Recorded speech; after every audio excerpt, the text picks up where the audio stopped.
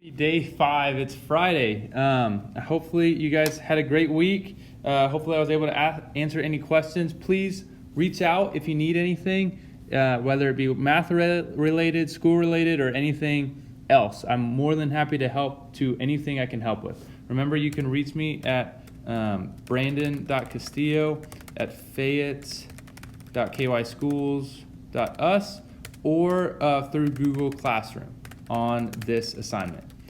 So today what we're going to talk about is two-step equations. It's something that we've been talking about for, I don't know, since October, November. It's something that we should be able to do, but once again, it's a skill that you're going to use a lot in high school, a lot next year, something that you're going to see for the next couple of years. So we figured we should practice it a little bit more just because it's very, very important for the next 4 years of your life at least.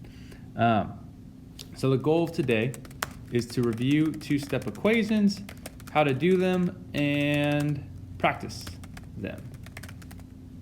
That is what we're going to try to do.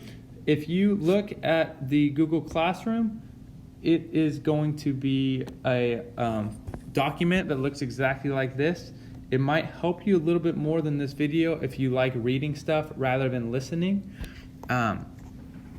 It kind of walks you through exactly how to do two-step equations and what you are going to see an example of real life as well.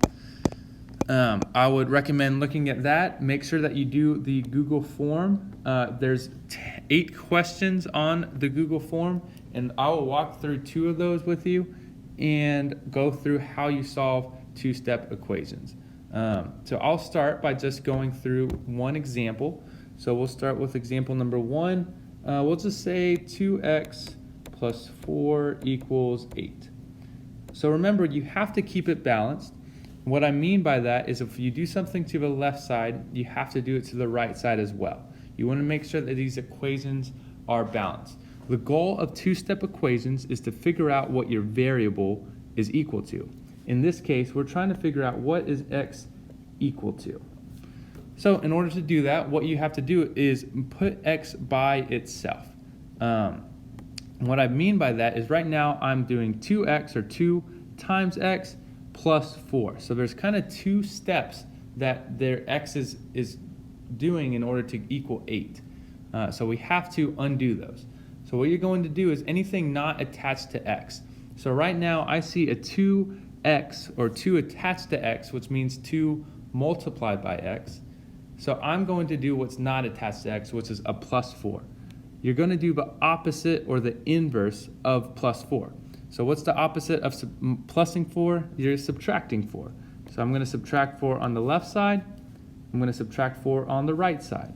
What you're going to see is a plus 4 minus 4 on the left side gets rid of it, and all I'm left with is 2x is equal to 8 minus 4 is equal to 4. So now I'm at 2x equals 4. Well, it's 2x, so 2 multiplied by x. So what's the opposite of multiplying by 2? Dividing by 2. So divide by 2 on the left, divide by 2 on the right. X is equal to whatever 4 divided by 2 is, which is 2. So that is one example of two-step equations. I'll go through another example. Maybe I had a y, that's ugly, divided by 3 plus 8 is equal to, we'll say 1. So once again, those integers come into play. So right now I have y divided by 3 plus 8 on the left side. So I'm trying to get y by itself. What I notice is that there's a y's kind of attached to that divided by 3. It's really, really close, so I'm going to get rid of what's not close to it. So in this case, that would be the plus 8. To get rid of a plus 8, what's the opposite or the inverse of that? Subtracting 8. So I'm going to minus 8, minus 8. Those cancel out. I'm left with y divided by 3 is equal to, what's 1 minus 8? If you did that, if you did our integer sheet on Wednesday, then what you'll see is you keep the first one, change that one, and put this into, change that one. So it's keep, change, change. 1 plus a -8 would be equal to -7. That's because they have different signs, and you subtract them when they have different signs and keep the larger number. In this case, -8. -8 was obviously a negative, so -8. I'm going to keep the number negative. 8 minus 1 is 7. So that's where I got -7 from. So I'm left with y divided by 3 equals -7. I'm not done yet because you have to get y by itself. So y divided by 3. So in this case, how do I get rid of a division sign? Well, I'm going to multiply. That's the opposite or inverse of division. So remember though, you have to do it on the left and on the right. So multiply by 3 on the left, multiply by 3 on the right. Y is equal to -7 times +3. They have different signs.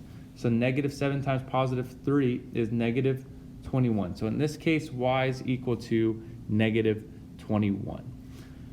Let's look at one of the examples on the worksheet, and then that'll be it. K divided by 2 minus 4 equals 1. So let's put that. K divided by 2 minus 4 equals 1. So once again, you get rid of anything that is not attached to the variable, which in this case is K first. So I see a -4.